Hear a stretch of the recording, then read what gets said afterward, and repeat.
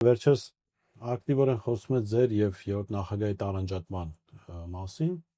Ինձ իրականում զարմացրեց, որ այդ տարանջատման սկզբի կամ սկսելու մասին խոսեցին նաեւ ձեր որոշ թիմակիցներ, ինչու, որովհետեւ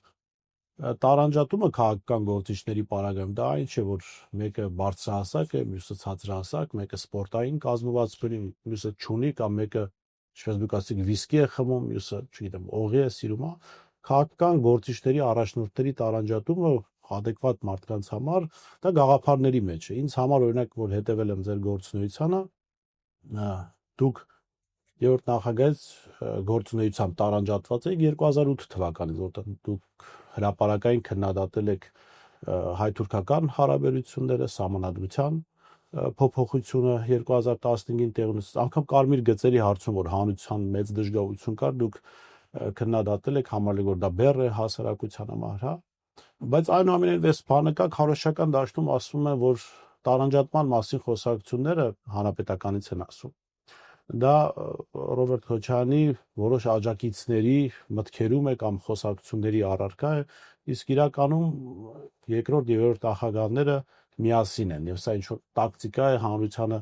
զբաղեցնելու, հա, հիմա շատ ուղիղ ինձ համար չէ, հանրության համար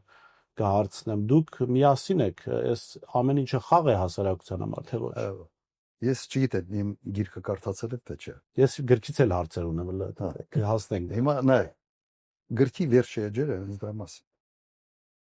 Ես փորձել եմ այդ վերջի էջերում իմ վերաբերմունքը իշխանապողությանը 18 թվականի մասին արտահայտվել,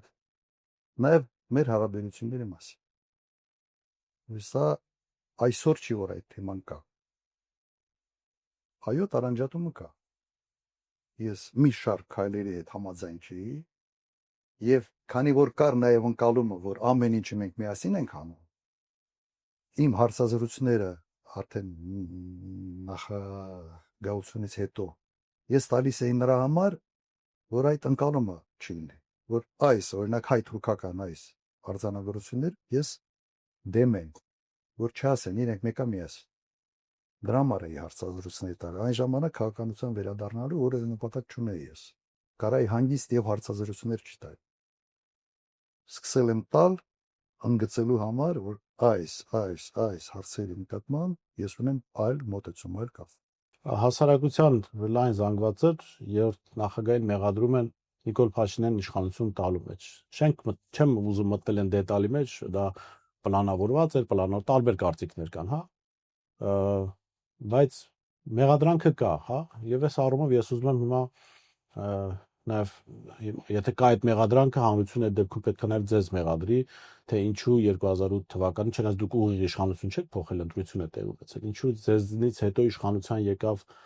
Սերժ Սարգսյանը եւ հետաքրքիր է որ նաեւ անգամ 2007 թվականին կար նաեւ ձեր վարած քաղաքականության հակընդդեմ մոտեցում երրորդ նախագահի թիմում, այն ժամանակ վարչապետն էր, Wikileaks-ում կա հրապարակված փաստաթուղթ, որտեղ երրորդ նախագահի Փեսան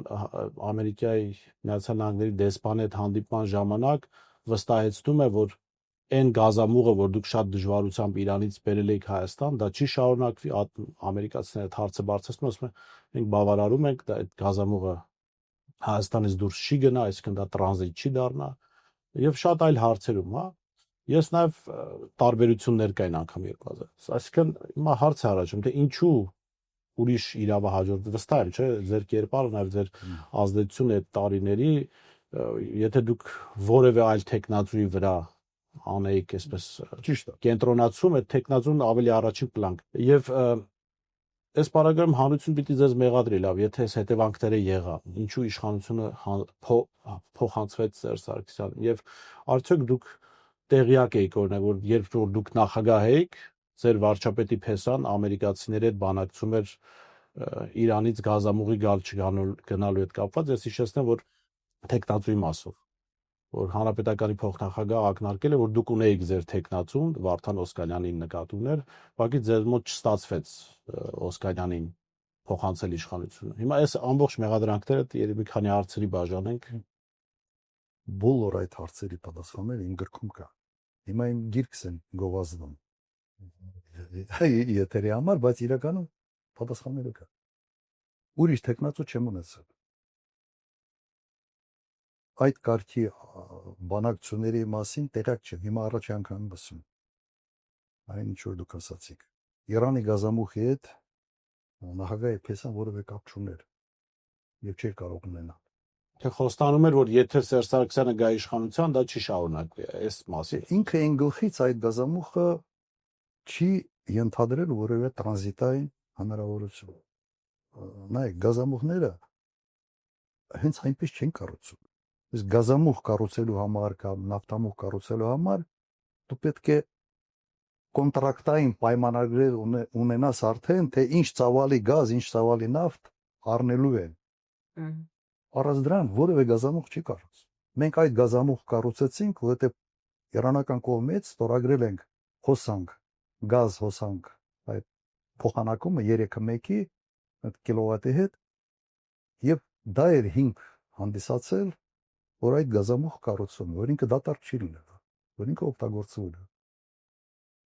Որևէ այլ հետաքրքրություն, վարչական կողմի կամ ինչ-որ մեկ այլ կողմ չի եղել։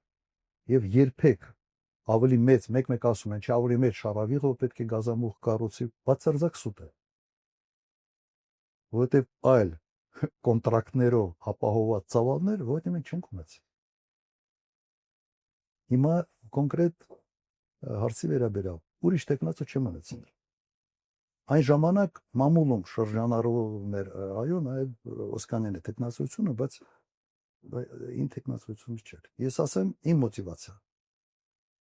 Այն ժամանակ համարում էի, որ առաջնահերթ խնդիրը Հայաստանի համար անվտանգային հարցն է։ Կար Ղարաբաղի հարց, կար անվտանգության հարց, եւ համարել եմ, որ պետք է նախագահ ընտրվի մարդ, որը այդ ոլորտին տիրապետում է լիարժեք։ Եվ Սերժ Սարգսյանը բարիններ աշխատած եւ պաշտպանության նախարարությունում, եւ անվտանգությունում, եւ Ղարաբաղի հետ պատերազմի փորձ ունի, այդ տեսանկյունից զուտ ռացիոնալ ընտրության տեսանկյունից ամեն ինչ ճիշտ որոշում է։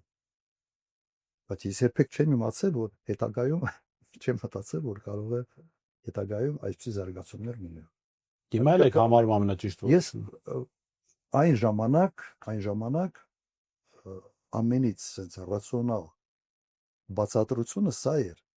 Եվ ես միշտ ընդունում եմ ռացիոնալ որոշումներ, որը որոշակի հաշվարկներ են կողմ։ Եթե իմանայիք ինչ Եկը մտածեի։ Երբեք մտածեի։ Գուցե գեներալ Մանվելին լսեիք ձեր գրքում հիշատակը, որ ինքը եկավ ձեզ մոտ եւ Մանվելը sense գուցե որ բացատրություն ուներ այդ առաջարկի բանախ դա։ չեմ ուզում դրա մեջ մտնել, հիմա սկսել եմ գրքի բաները, այդ գողները։ այդ գովաստդ Իսկ թվում է այս բանը պարզաբանումը տվեցի։